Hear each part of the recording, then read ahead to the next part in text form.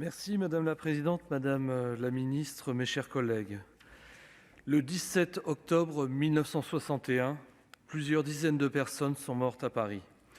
Nous voulons saluer à cet instant leur mémoire. Pour comprendre ce qui s'est passé cette nuit-là et les jours suivants, nous devons nous souvenir de cette période sombre de notre histoire. En effet, l'année 1961 a été une année de troubles pour une France qui était alors en guerre. Depuis 7 ans, la lutte armée pour l'indépendance de l'Algérie, colonisée depuis 1830, était en cours. La question de cette indépendance divisait profondément la France et notre société. La violence et la terreur qui faisaient rage en Algérie, mais aussi en métropole, des viols, des mutilations, des tortures et des massacres sont perpétrés. L'organisation de l'armée secrète a été créée, l'OAS, cette même année 1961. Cette organisation a fait plus d'1 millier de morts tout au long de son existence. Son dirigeant, le général d'armée Raoul Salan, sera en avril l'un des 4 généraux à mener la tentative de coup d'État visant à conserver l'Algérie française. Dans le même temps, le FLN mène des attaques violentes tant en Algérie qu'en métropole. Les forces de l'ordre sont alors les cibles privilégiées de ces attaques. Malgré ce climat de violence, le général de Gaulle se prononce en faveur de l'indépendance de l'Algérie. Le 12 juillet 1961, il déclare, je cite, « La France accepte sans aucune réserve que les populations algériennes se constituent en un État entièrement indépendant ». En dépit de cette déclaration, sans équivoque, les violences continuent.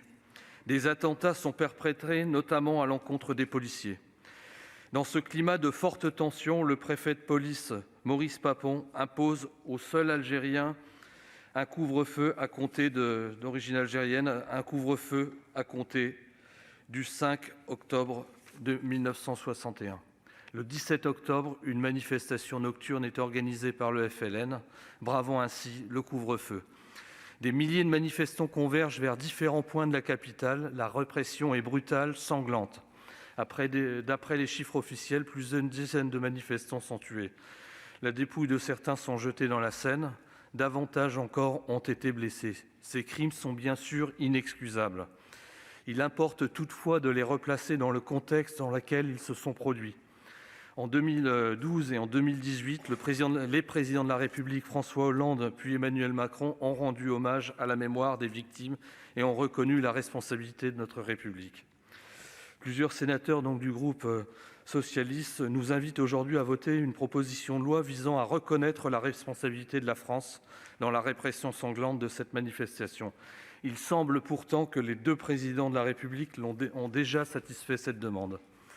Nos collègues proposent également d'organiser chaque 17 octobre une commémoration officielle rendant hommage aux victimes. Cette proposition pose nécessairement la question de savoir pourquoi commémorer cet épisode plutôt que d'autres.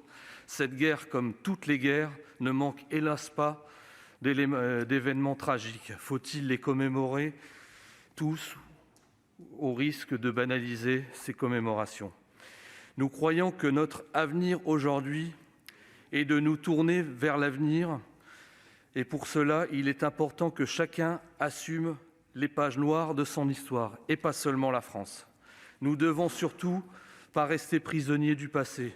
Nous souhaitons que nos 2 pays travaillent à renforcer leurs liens et à bâtir ensemble un futur meilleur, sur la base de coopération culturelle, de coopération économique, industrielle, universitaire.